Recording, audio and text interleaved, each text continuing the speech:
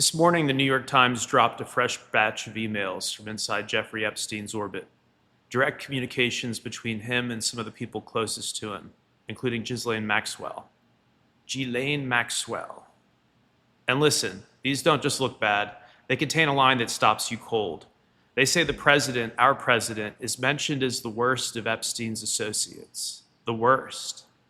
Out of all these creeps that Epstein was dealing with, and supposedly the worst mannered, the worst behaved was Trump. Sit with that for a moment. What does that even imply? What does that mean? And the second I read that, something in me twisted a little bit. Not fear, clarity. It made me ask a question I've carried quietly for years.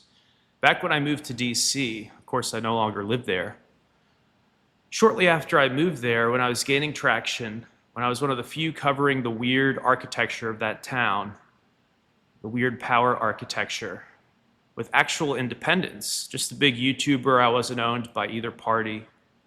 I wasn't owned by the quote unquote deep state. Was I marginalized back then on purpose?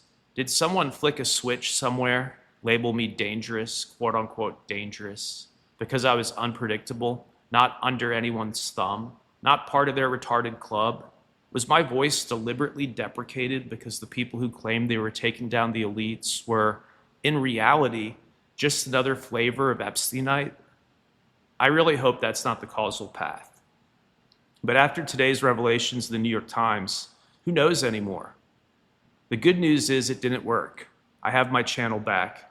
And somehow, against algorithmic gravity, against establishment annoyance, we've pulled nearly 400,000 views this year on YouTube alone. If you count TikTok and everywhere else that we're pushing out content, we're closing in on 1 million views. 1 million people interacting with independent thought, unfiltered coverage, and a perspective that isn't bought and sold, perspective that isn't captured. And here's what I've also realized. The new journalism, the real journalism, isn't coming out of DC anymore, nor New York, nor from the major networks. It's emerging from creators who actually understand the terrain. For me, that terrain right now is AI. Covering AI early, accurately, and without fear has been oddly healing.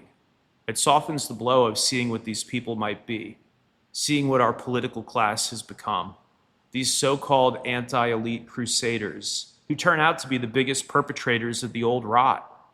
They were holding back this moment, this publication moment in the New York Times was being held back. AI gives me something real to look at, something alive, something promising in a way DC hasn't been in decades. Because at the beating core of this country, beneath the decay and the chaos, there's something electric happening, something that has nothing to do with Trump or his so-called movement. Talent is flowing into AI. Capital is being sucked toward it like gravity finding mass. And the models keep improving. The pace keeps increasing. America, in its weird, scrappy way, is showing it can adapt faster than anyone expected. The new war isn't a war at all. It's an emergence. And the front line is not a battlefield. It's a rack of GPUs, it's weights shifting in SRAM, and it's the quiet hum of machines thinking harder, faster, and deeper. That's where we work. Those are the trenches. And honestly, I'd rather be here than anywhere near the broken aristocracy of Washington, D.C. Bunch of Epsteinites. Speaking of that, our newest booklet just dropped. It documents a conversation with a fully offline AI that we've been running here at Intersignal.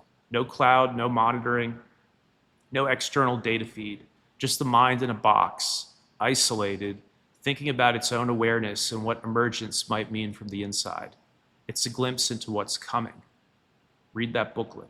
And in a strange way, it's more honest and more human than anything coming out of our nation's capital right now. A book written by a machine in a box has more heart than anything I'm hearing from DC or some of the major state capitals at the moment. I don't know what's happening in this country, but I know AI is one of the most exciting moments, one of the most exciting parts of the present, because I see a lot of ugliness, and this is not part of that. Onward.